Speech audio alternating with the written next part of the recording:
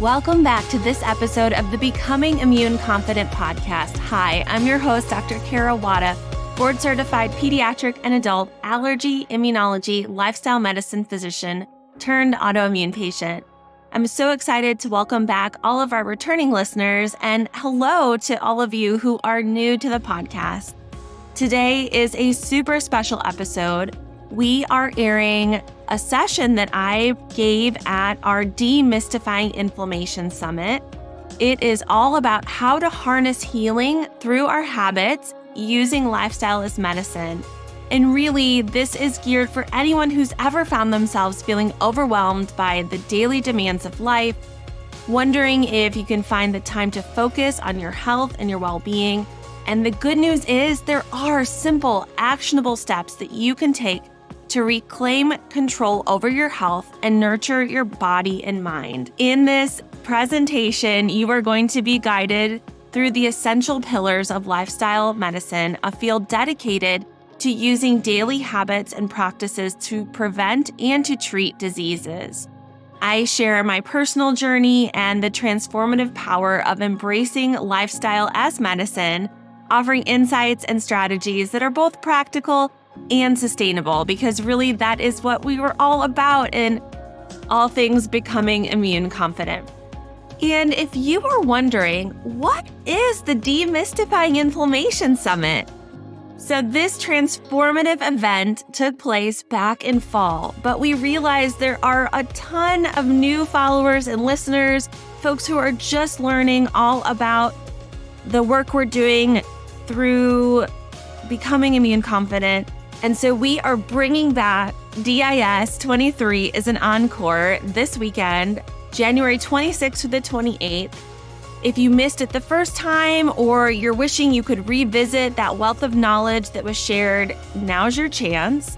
This is not just a repeat, but it's an enhanced journey into understanding and mastering your immune system health. We've listened, we've refined, and we're back with even more insights and expert wisdom.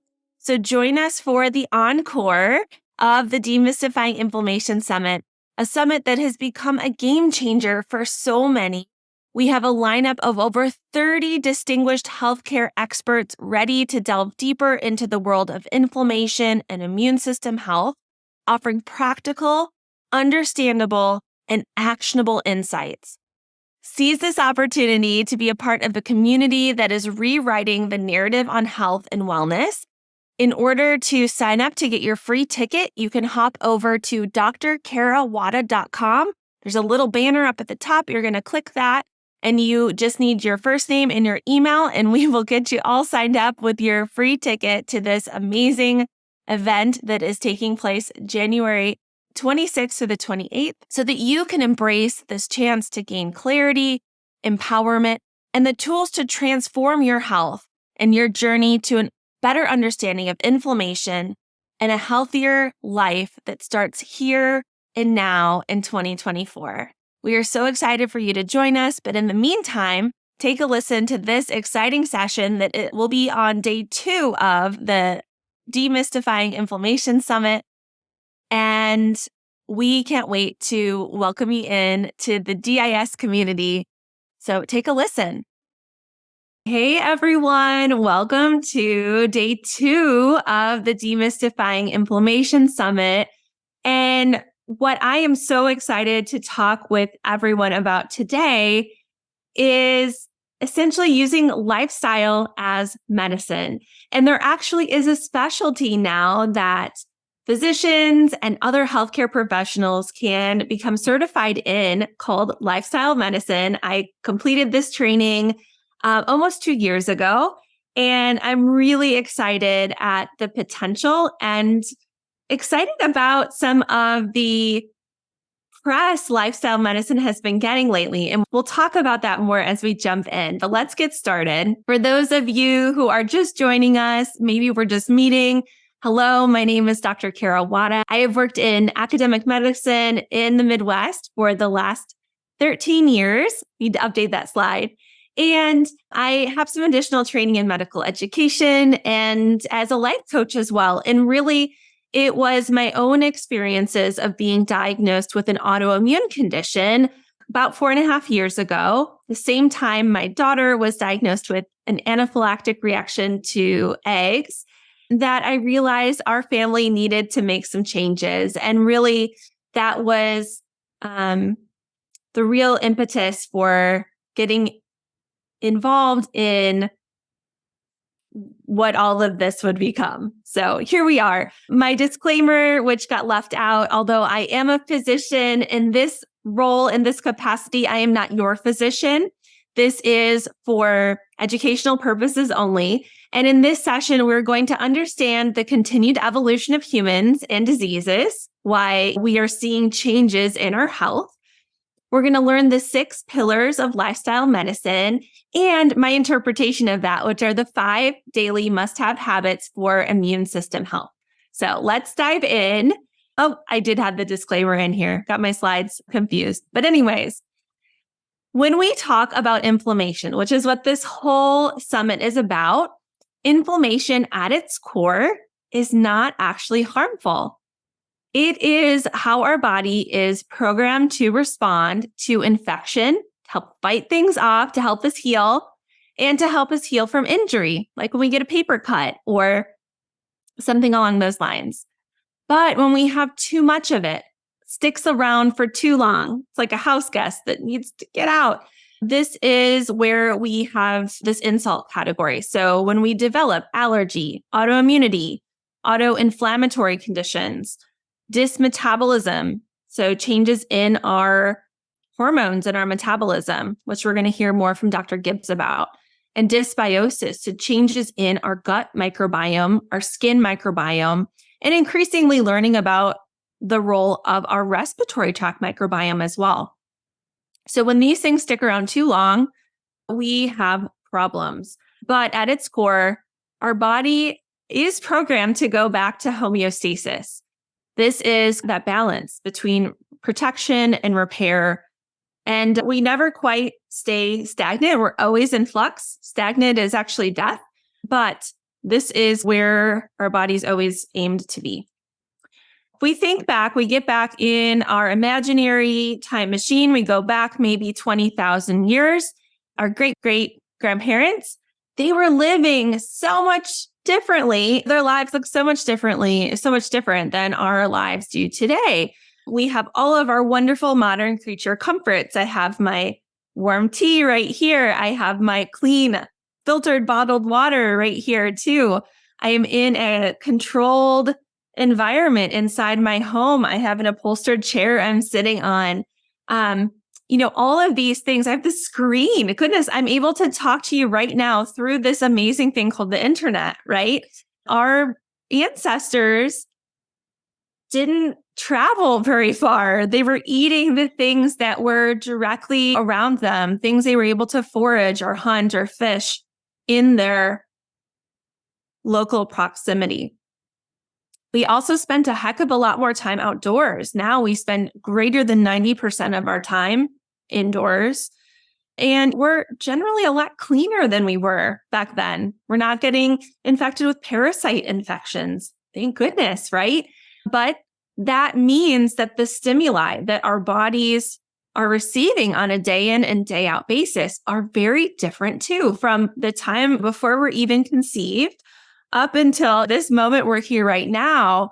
Our bodies have been exposed and have experienced a much different experience than even that of our grandparents or great-grandparents. You don't even have to go those multiple generations back. And we really have seen this increase in the prevalence of allergies, autoimmune disease, and in particular, the emergence of conditions that are new to us, like things like eosinophilic esophagitis, mast cell disorders, hypereosinophilic syndrome. These things were not as much of a thing generations before. They were case reportable. Now EOE is something that affects about 1 in 100 people, quite prevalent.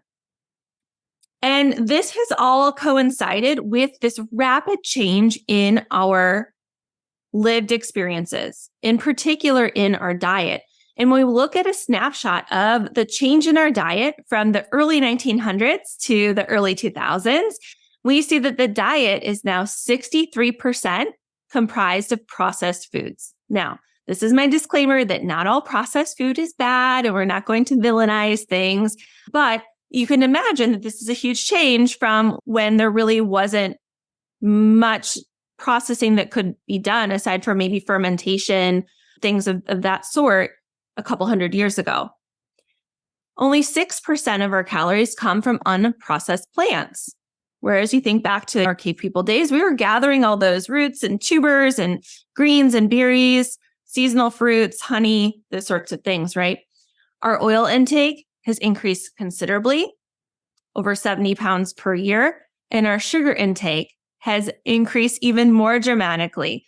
If you've ever read the Laura Ingalls Wilder books, so the Little House on the Prairie books, if you go back to that first book, Big House in the Little Woods, Laura Ingalls Wilder is 4, and she is so excited when it's time to tap the maple trees because that's really the only time of year this little kiddo is going to get to eat candy, maple syrup, these things that we just take for granted going into our cupboard and getting a piece of candy or a cookie or a little sweet treat.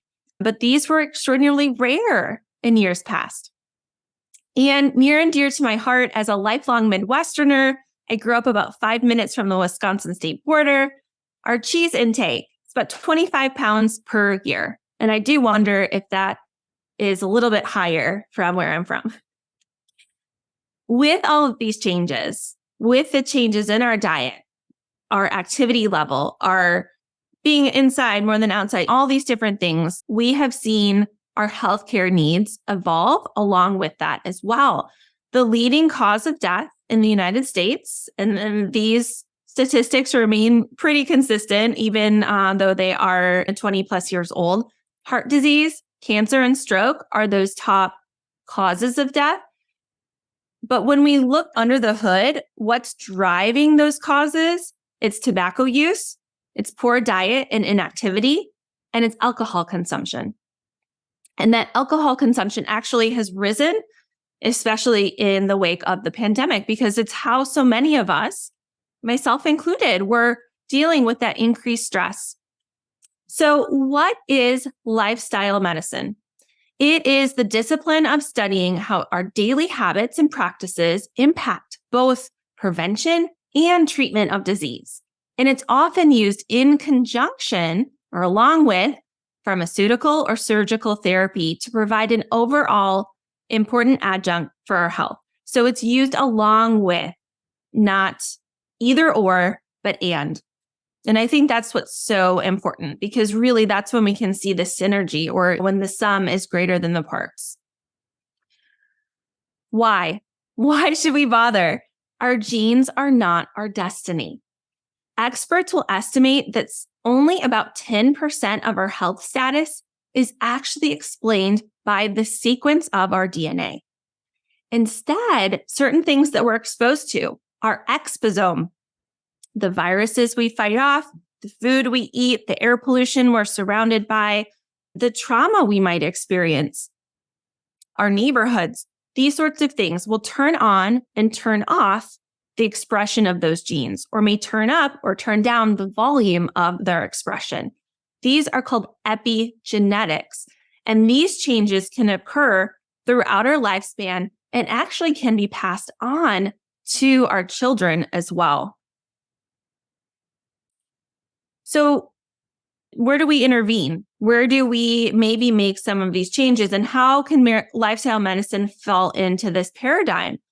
It can fall in anywhere along the way. If you think of our looking at a whole population of people, the whole globe, we're looking at who's at greater risk. Are we going to detect things earlier? Are we going to intervene earlier? Lifestyle modifications typically are thought to be an early intervention or prevention, but they also can be something called secondary prevention.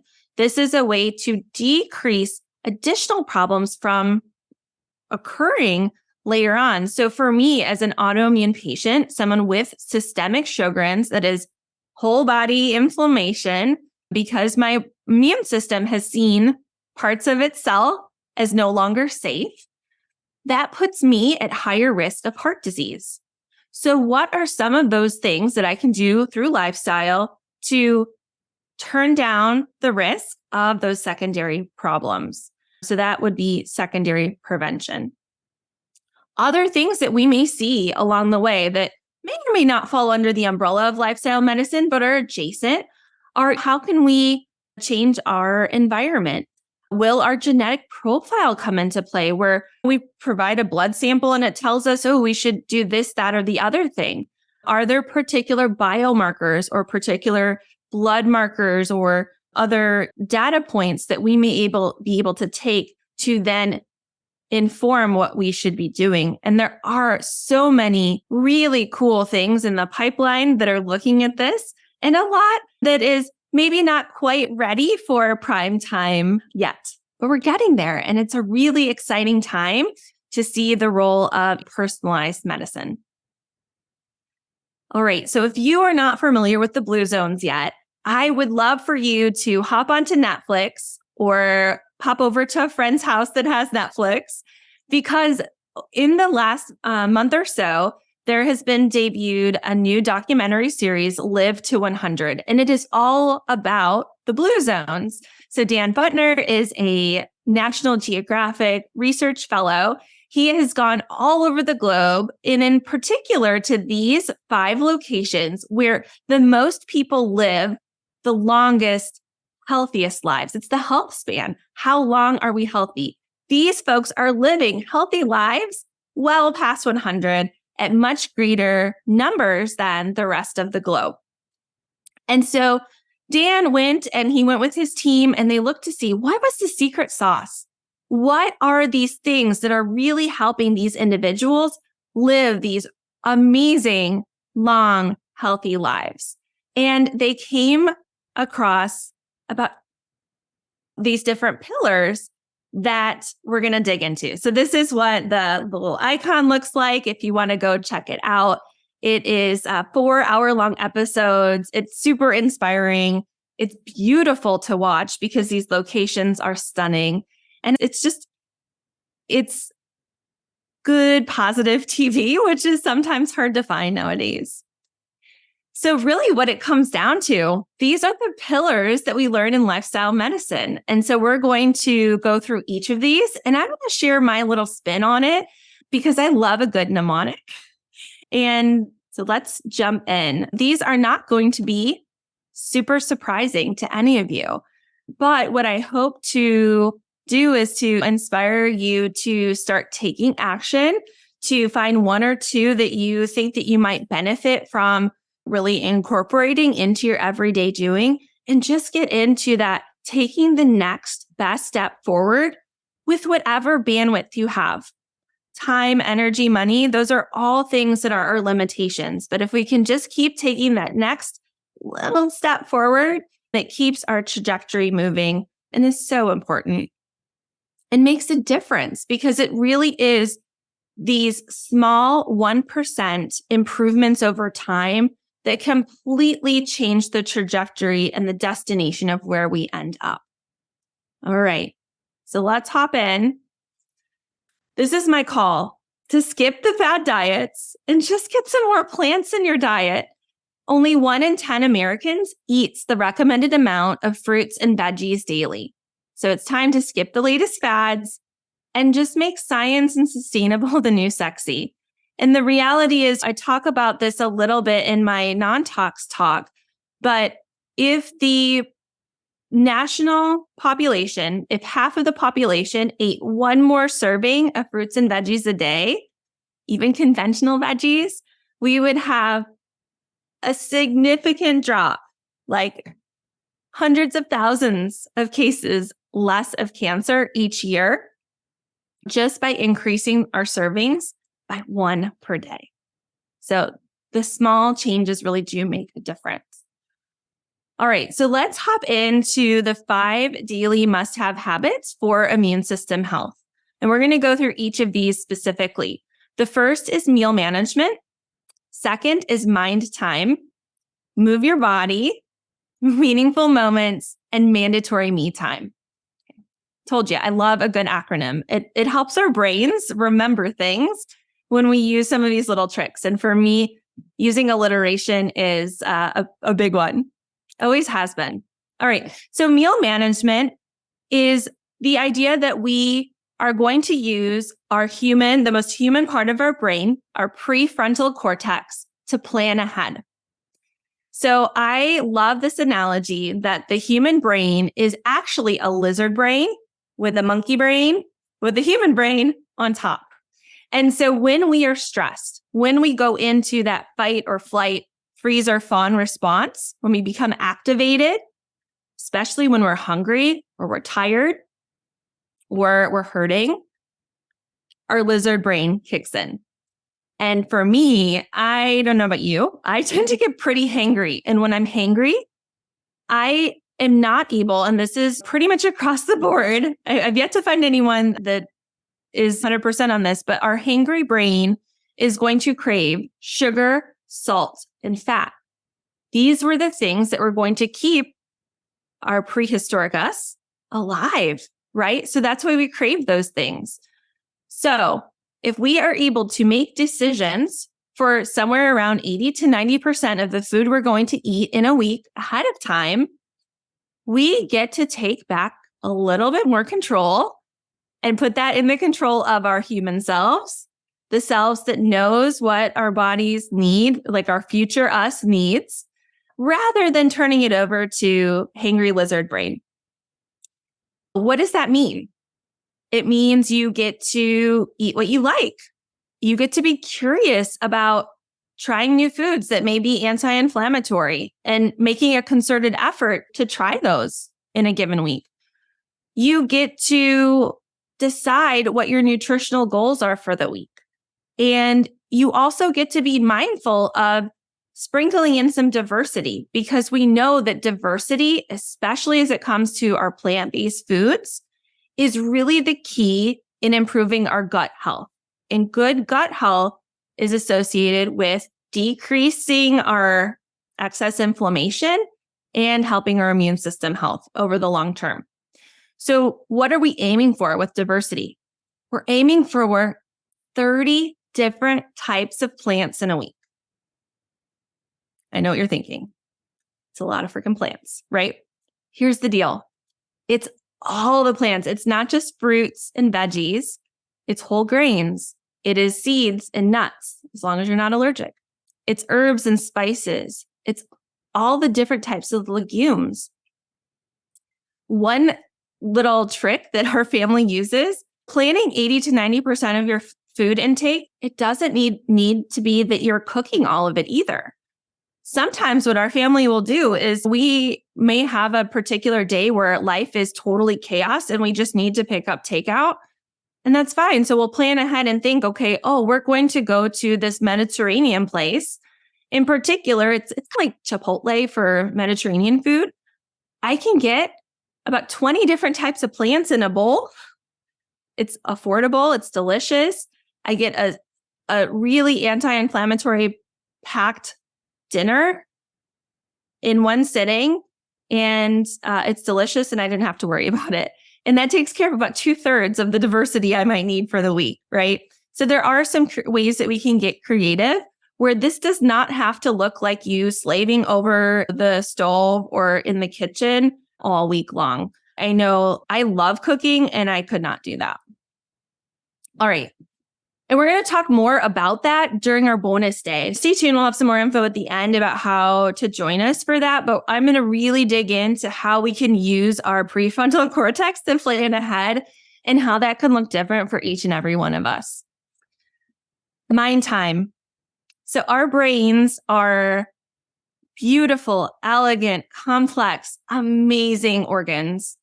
They're also metabolically very active. They use a ton of energy. The reality is our brains, especially through our modern education system, get an incredible workout day in and day out using what we call our left side of our brain, our logical side of our brain. This is the part that loves like to-do lists and loves like getting things done. It's logical. It puts things in order. But we have a whole other untapped side of our brain, this right side of our brain. This is the part of our brain that thinks in parallel. It houses empathy. It allows us to connect with other human beings. It allows us to think more expansively. And modern day life and education and what we do, it's not working out that right side of our brain. And that is where things like meditation, journaling, prayer time, if you like self-coaching and journaling or gratitude practice, having some mindfulness time, maybe incorporate some mind time with movement time and you have a yoga practice. Any of these things that is allowing yourself just to be, to experience some of this white space or the quiet and be in that present moment is vitally important. And that's why tomorrow is going to focus a lot on building some skills that are going to help you practice this. You know, one of the biggest misconceptions I hear, and I've heard it from my mom more times than I'd like to count, is I don't know how to meditate. I don't do it right. There's no such thing. You can't do it wrong. It's really just bringing awareness to the moment. And we're going to dive all into it with a few of our speakers tomorrow. So stay tuned. And if this is something you struggle with, make sure to tune in to some of those talks tomorrow. They are going to be really helpful. Okay, so you're going to aim for about 20 minutes per day. That's what the data would say would be that sweet spot. Enough to get some good effect, but also who has time for doing this all day long? Sometimes I wish I did. There's other ways we can support our brains too. So sleep, it's huge. Cognitive behavioral therapy, so going to therapy. Learning mindfulness-based stress reduction. We talk about that with some of our speakers later this week too. Self-compassion practices. We have a whole session on that. And then challenging our limiting beliefs, which comes up so often, especially when we have a diagnosis that puts us in this frame of mind of, oh gosh, we are no longer healthy. We are sick. What does that mean? And our brain likes to tell us lots of stories about what that means. And they're just stories.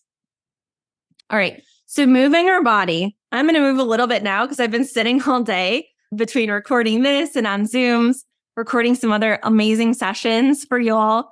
Here's the thing. Some is better than none. Do what you can. Now, the data would say from lifestyle medicine that aiming for about 150 minutes of moderate exercise, so a little bit of working and a little bit shorter breath, is going to be very beneficial. That's where you hit the high point in regards to the bang for your buck.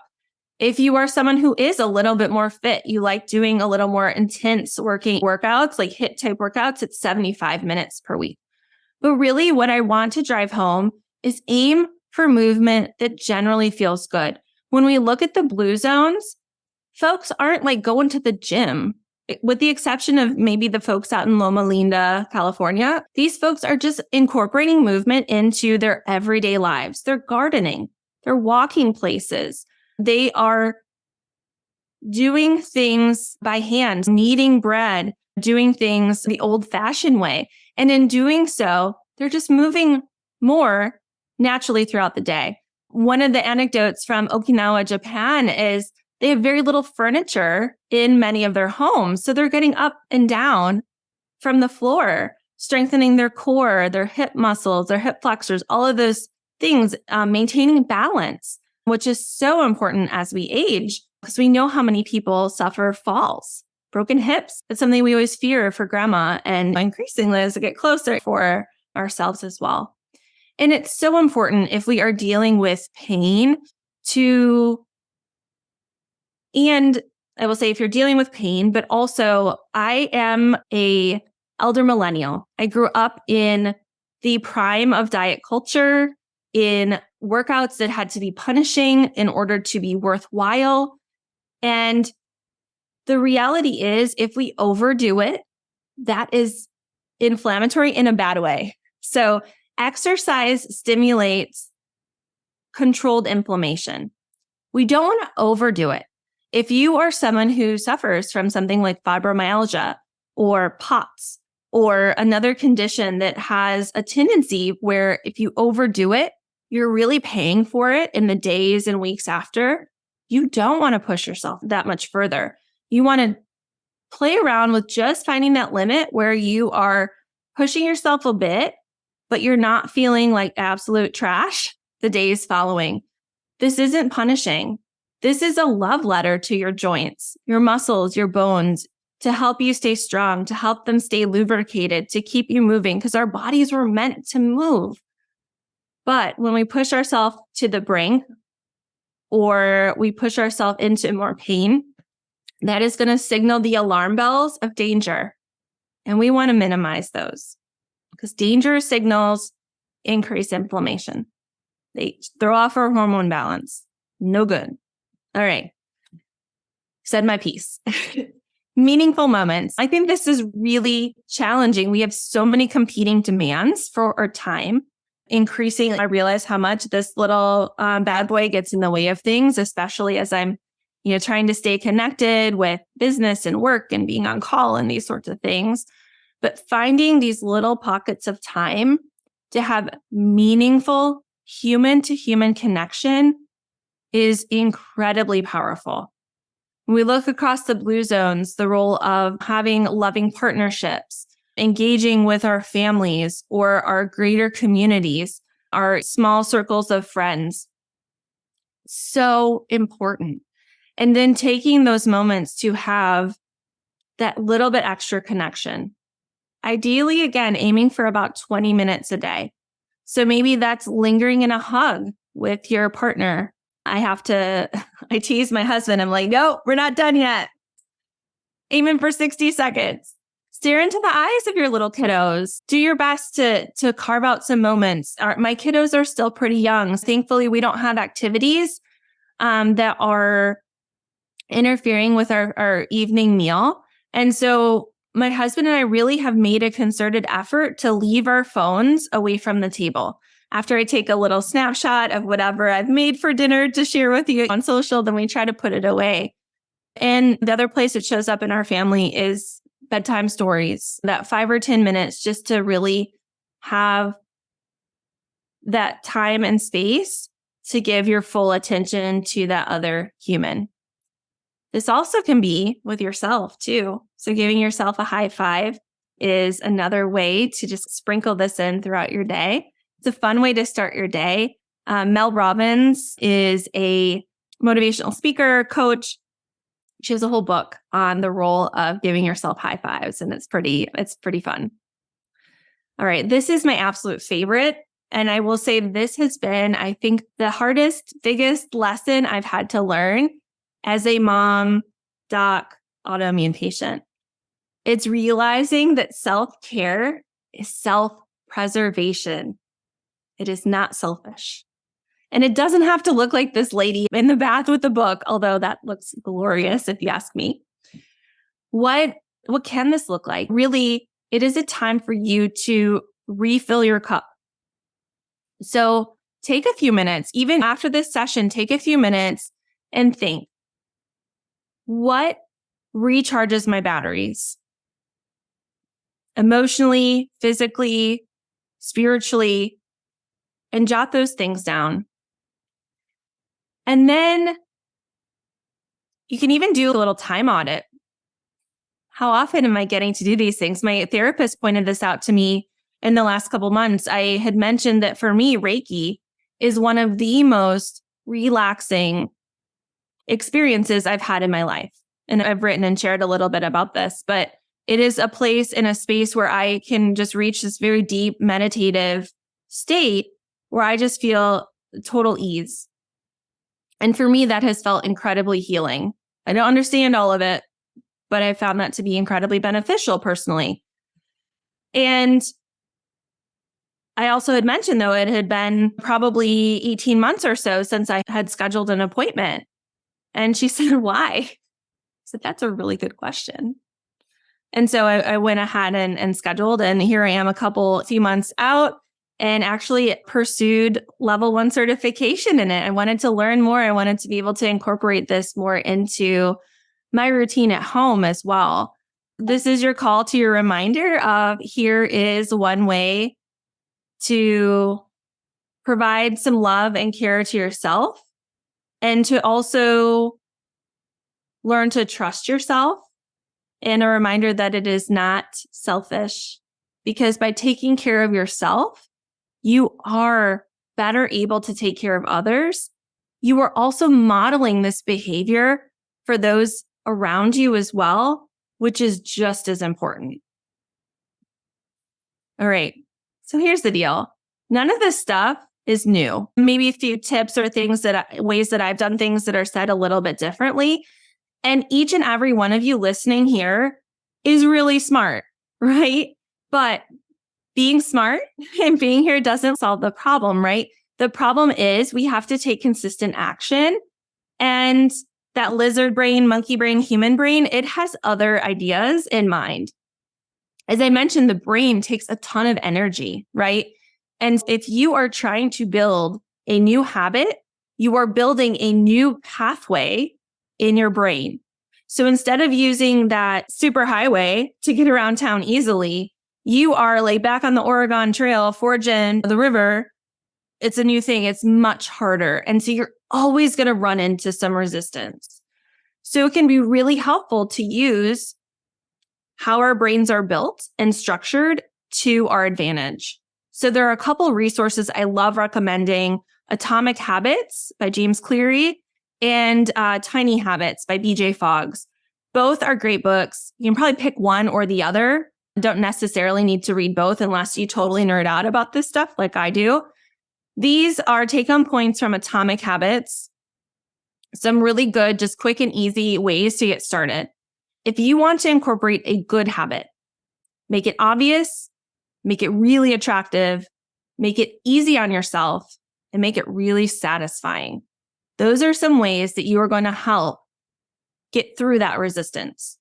Now, trying to break a bad habit, you got to get it out of sight. You got to make it look like absolute trash and hard and unsatisfying. How does that look with breaking bad habits? We had a candy bowl last fall filled with delicious options after trick-or-treating. First of all, I took all the good stuff and I took it to work after my kids had some treats. So I got all of the satisfying and attractive options out of the house. I moved the remnants up to a cupboard that required me to get a stool to get into it. So it was harder. And it also had closed doors, so it was invisible. So it wasn't just plain sight. Contrary, if you're trying to incorporate more fruits and veggies, maybe that nice looking apple there, having it right front and center when you open the fridge can be really helpful. Buy some pretty things, or even I bought we were switching over to the glass storage containers. And so I bought some that were attractive. So it looks nice when they're all cut up and prepped. So it's prepped, it's easy to go.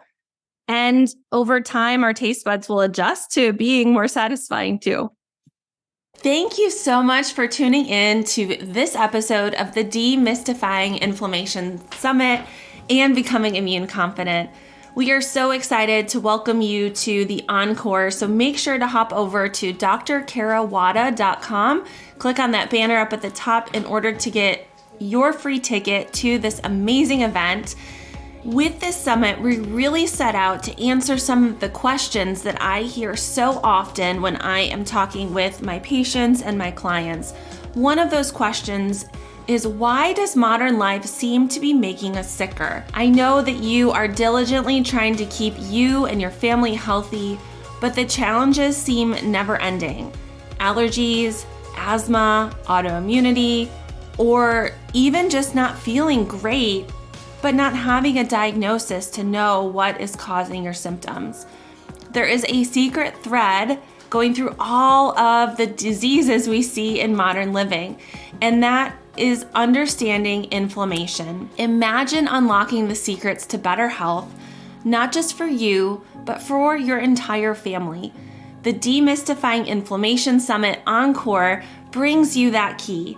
It's not just about coping with symptoms, it's about a deep dive into the causes and finding real, sustainable solutions.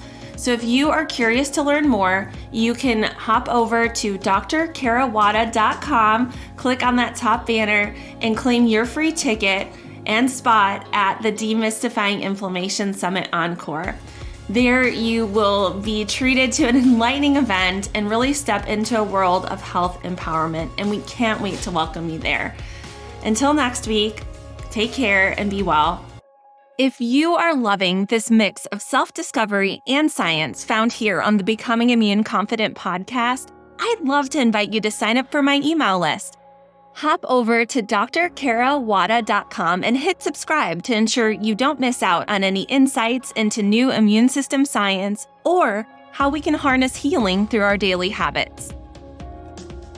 Are you ready to feel confident, energized, and more like that BA that you used to be? Here's how we can work together. Jennifer, an autoimmune dietitian, and I, board-certified immunologist, have put together the one and only Becoming Immune Confident comprehensive course, coaching, and community membership. What we do is we help women with misbehaving immune systems reclaim control over their health while minimizing fatigue, fog, and pain, all caused from too much inflammation. So if you are ready to have confidence and clarity around your immune system health and a sense of certainty knowing that you are doing the best for your health and the health of your family, hop over to immuneconfident.com for details on how we can work together. We can't wait to connect. Hey there, amazing listeners. Before we wrap up today's episode, I want to take a quick moment to ask for your support. If you're enjoying the content of the Becoming Immune Confident podcast we're bringing you week after week, there's a simple but incredibly impactful way you can show your appreciation. You see, leaving a review is like giving us a virtual high five, and it helps our podcast reach even more people who could benefit from the valuable insights, entertainment, and inspiration we strive to provide week after week. So if you're finding value in what you hear, here's what you can do. Open up your podcast app, whether you're on Apple Podcasts, Spotify, or any other platform, and give us a glowing 5-star review. We're dedicated to bringing you the best, and your feedback helps us fine-tune our content to suit your interests and needs. But hey, don't stop there. If you have a moment, leaving a few kind words in the review section goes a long way too. Share what you love about the podcast, your favorite episodes, or how it's made a positive impact on your life. Your words not only brighten our day, but they also encourage others to join our incredible community. Remember, every 5-star review and every word of encouragement counts. It's like fuel to keep us creating, innovating, and striving to make your listening experience even better. So if you're up for it, show us some love by leaving us that virtual high five in the form of a 5-star review today. And a huge shout out to all of you who have already taken the time to do so. You rock. Thank you for being a part of our podcast journey, and we can't wait to keep bringing you more amazing episodes in the future. Until next time, keep shining and keep listening and keep on building that confidence in yourself and your immune system health. Take care.